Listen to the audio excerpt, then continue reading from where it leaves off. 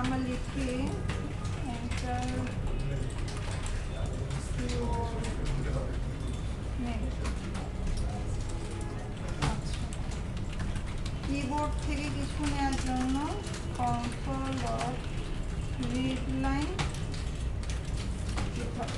আচ্ছা, সবাই এইভাবে কিবোর্ড ইয়া করবে না, হ্যাঁ?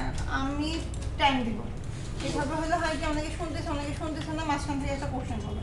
এটা ফার্স্টের ক্লাসে এটা অতটা হ্যাচ করবে না, কিন্তু পরবর্তীতে এটা অনেক ঝামেলা হয়, ফ্লো থাকে না, যেটা রেকর্ড হয় হ্যাভি, অনেক উল্টাপাল্টা কথা রেকর্ডে থাকলে আপনি যখন বাসায় গিয়ে এটা আবার শুনবেন, এটা ভালো লাগবে না, হ্যাঁ? আমরা ওটা মেনটেন করবো। আচ্ছা, আমি এখন চাচ্ছি যে আমি নামটা লিখবো কিবোর্ড থেকে, সেটা আমি দেখাবো পরে, ওকে? এখন আমি এখান থেকে, হ্যাঁ, এই লেখাটা মানে হচ্ছে আমি কিবোর্ড থেকে কিছু একটা দিব, বাট এটা রাখার জন্য আমাকে কি করতে হবে? একটা ভেরিয়েবল ডিক্লেয়ার করতে হবে। আচ্ছা, ভেরিয়েবল সম্পর্কে তো আমরা সবাই মোটামুটি জানি। যেহেতু আমি নেম নিতেছি, তাহলে এটার জন্য রাখবো স্ট্রিং, দিলাম নেম, ওকে?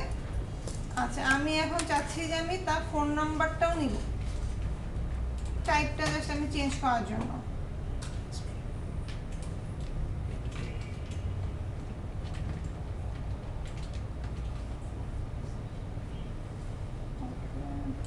এখানে আমি নিলাম ফোন।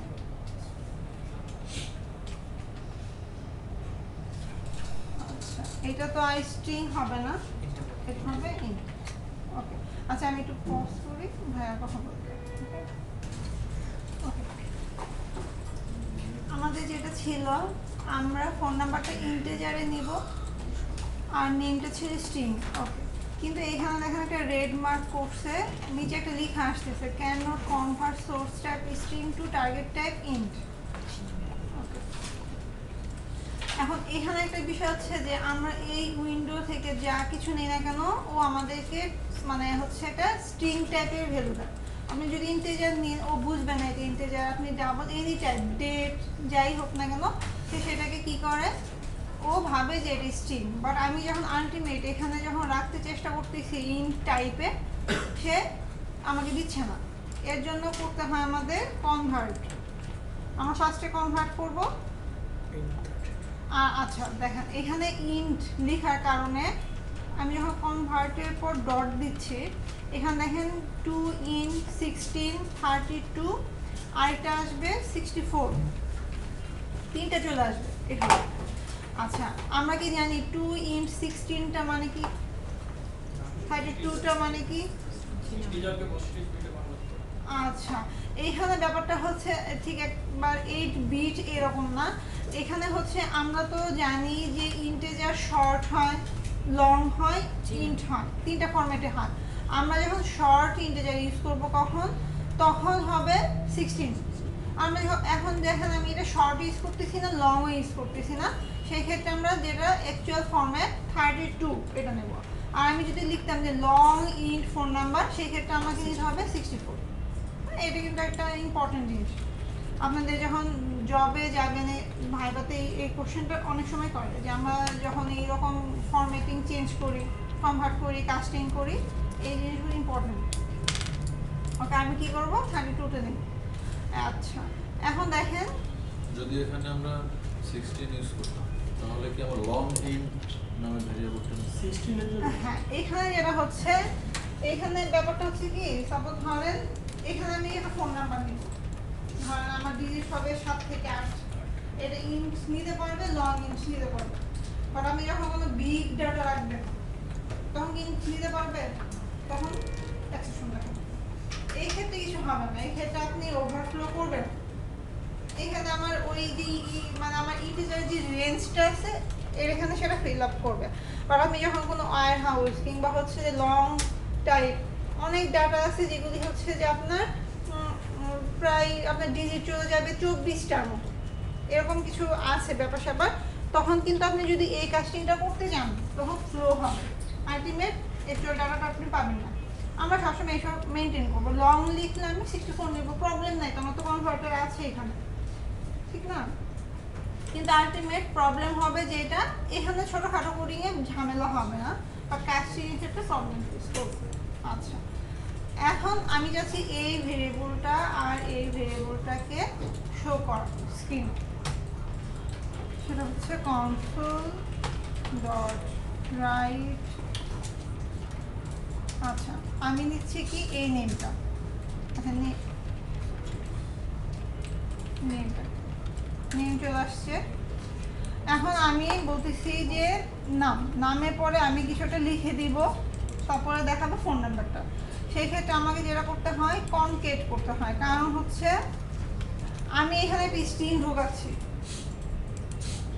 আর আমি এই যে এখান থেকে যেটা নিচ্ছি সেটা আমার স্ট্রিং, ওকে ঠিক আছে, বাট এখানে যেটা করছে এটাকে আমি ইন্টিজারে কনভার্ট করেছি। আচ্ছা দেখা যাক সে নেয় কিনা। Okay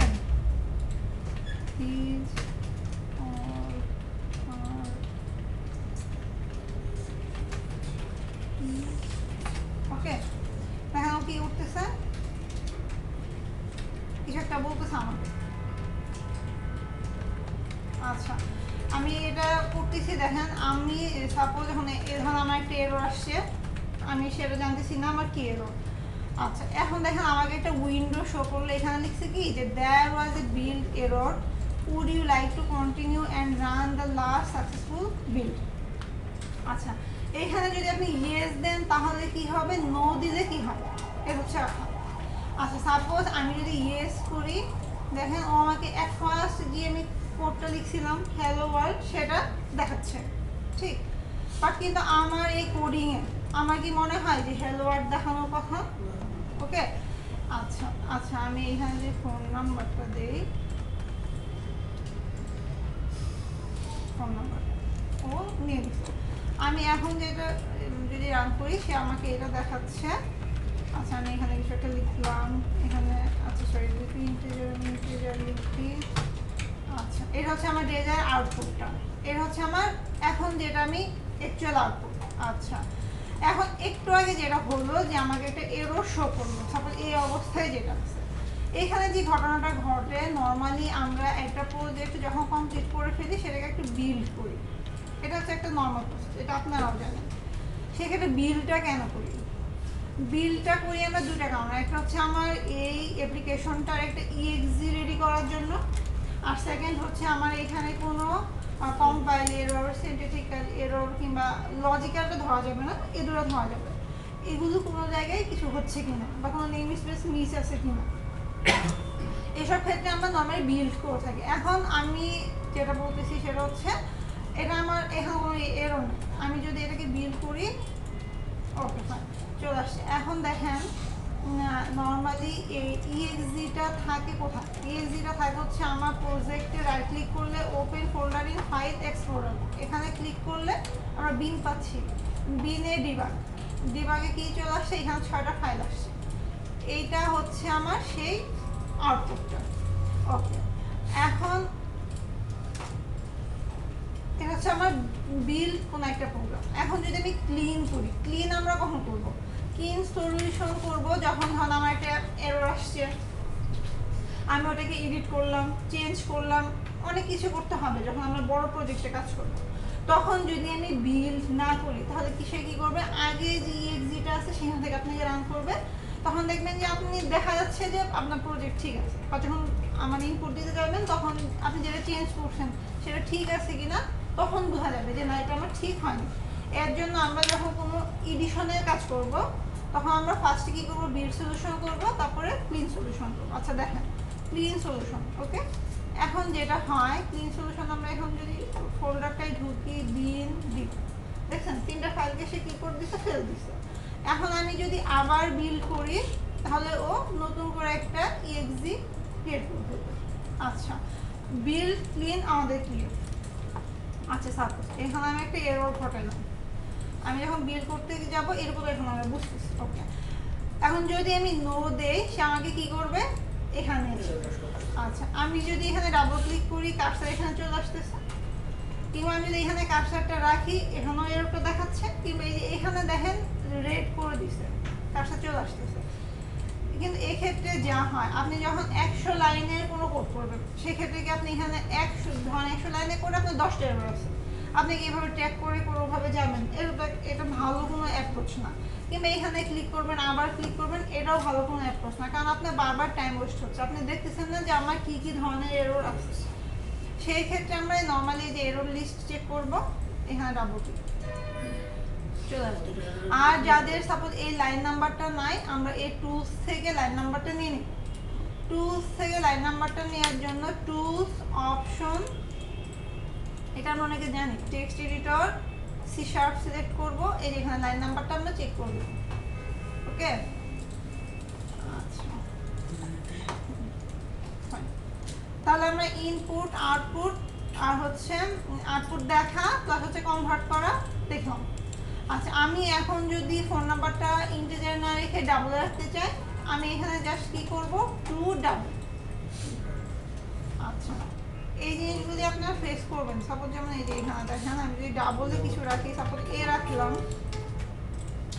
double A equal, suppose আমি কনসোল থেকে কিছু নেই,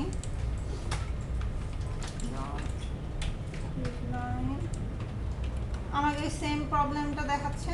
আমি এটাকে কি করব, কনভার্ট ডট দিলে আমাকে সাজেস্ট করতেছেন একটু ডাবল করব। ওকে, আচ্ছা আপনারা এই প্র্যাকটিসটা করে ফেলেন, আমি একটা প্র্যাকটিস দেব, এটা দেখে দেখে করেন।